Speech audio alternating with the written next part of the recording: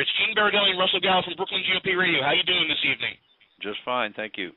Well, listen, thanks so much for coming on the show with us, and we apologize for all the technical difficulties we've been having. It's just one of those nights, unfortunately. Let's get right down to it. I don't know if you were able to hear Governor Cuomo's State of the State address today, but he went on record in saying that he wants New York State to have the toughest gun control laws in the nation, and I wanted to get your reaction to that, sir. Well, I was amazed that he said other states will follow New York. They haven't done that in the past. There's no reason to believe that they will in the future. And New York already has very tough gun laws, as you well know. Much of what the governor proposed in terms of so-called assault weapons and the like isn't going to make any difference one way or the other in terms of violence of any kind in the state. Some of the things he proposed in terms of dealing with gang violence and criminals ought to be welcomed by everyone, including gun owners. One of our problems is that in many of the jurisdictions, New York City being one, but the primary jurisdiction now is Chicago, which is rapidly, as you know, becoming the murder capital of the country. And there's a very good reason that that's happening. If you, aside from the insane people that are involved in these mass shootings, most gun crime, most crime involving firearms and crime period is committed by people who, in effect, are making a living by stealing purses, burglarizing houses, and robbing people. And in Chicago, as the prime example, one thing that a predator knows is that the victim or the potential victim is unarmed. The same is true in New York City. In Chicago, the other thing that a predator knows is that he or she is very, very unlikely to be separately prosecuted for using a firearm in the commission of a felony. In fact, of 90 jurisdictions in this country, number 89 in bringing these kinds of indictments to criminals is the city of Chicago. So if you're a criminal in Chicago, you know that you can get away with using a firearm and committing a felony, and you know that the people that you're liable to, that you want to steal from, rape, or burglarize are not likely to be able to defend themselves.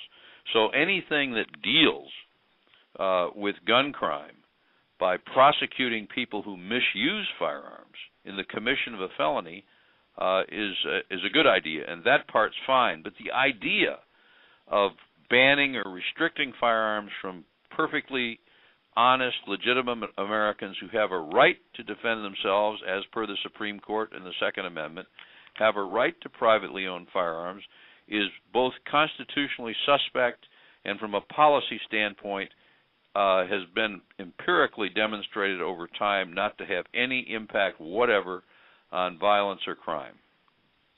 Mr. Keene, Russ Gallo here. Quick question. The governor mentioned specifically that he was not going to target hunters with his new legislation.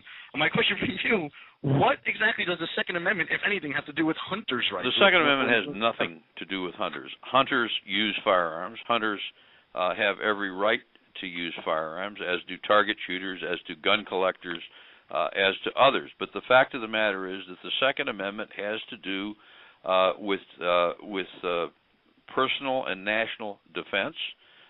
It was put into the Constitution by the founders, who considered it as important indeed as the First Amendment. Because remember, these are people, and this country was founded by people who went to their closets, went to their rack over their fireplace, and took up arms against tyranny.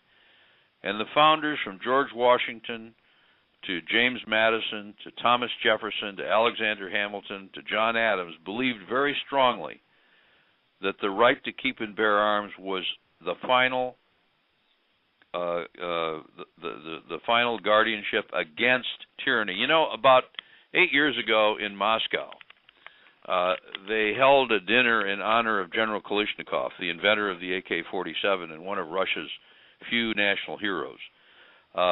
Mr. Putin attended that dinner and gave the toast to General Kalashnikov.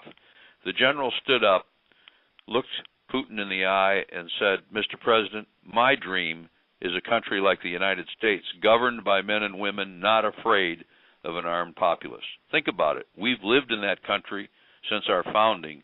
In the rest of the world, people can only dream of a country like ours and know what the consequences can be if they're left disarmed against internal and external enemies.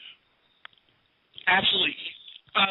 Mr. Keene, next thing I wanted to talk to you about really was there is such a disconnect now between what everyday ordinary Americans believe and what the media today is trying to tell them to believe. You see what happened with the Journal News upstate. We see what happened with Gawker recently in New York City. How do you explain why the media is carrying all this water for the anti-gun lobby, or whatever you want to call them, Democrats, whatever you want to call them? Why are they taking on the American people really here? Well, the whole battle over the Second Amendment has little to do with crime or any of these things. It has to do with culture and the view that different people have about what kind of a country this ought to be. Remember that the NRA, of which I'm president, was founded in 1871. Between 1871 and 1969, the NRA never endorsed a candidate, didn't spend money on politics, didn't have a lobbying arm, didn't need to do any of those things, because there was universal agreement that the Second Amendment meant exactly what it says. Life members of the NRA included both Roosevelt's, Hubert Humphrey, John Kennedy, Dwight Eisenhower, just to name a few. So there was no partisan divide. There was no real ideological divide. It wasn't until the culture wars of the late 1960s, 70s, and 80s that all of a sudden the Second Amendment became anathema to liberals, who viewed it really, I think, culturally as symbolic of an America that they didn't like, an America in which people took responsibility for themselves and for the protection of their family, an America which didn't look to the state for the answer to all of its problems. And the media, the elite media, if anything, represents that view more than almost any segment of our society. What happened there in New York with the posting of the legitimate, licensed pistol owners in Rockland County and others has had tremendously terrible consequences. As you know now, prison guards had their home addresses listed by that newspaper and are now under threat from prisoners and their allies on the outside, because they're being told, we know where your family lives. We know where to get you and your children. This was an incredibly irresponsible thing, but it was an attempt by this elite to demonize people who own firearms legitimately under the Second Amendment for self-protection, for sporting use, and for the like, and who complied with every law that exists. And yet, in the minds of these people, folks that own firearms are evil. Think, you saw how when the Gawker website listed all of these people, what they described them as, and I'm not going to repeat it on the air.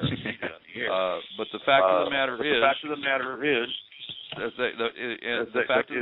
they see anyone who is involved in the shooting sports, who owns a firearm for whatever reason, as somebody that they hate. I've received hundreds of death threats, as has Wayne LaPierre. It's been suggested that he ought to have his head taken off and put on a stake.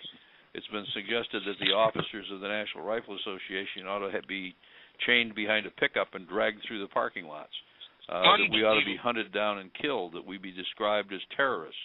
That's all absurd, but it's a result not of a concern about crime, but about the vast cultural difference between these elites and the rest of us in the society.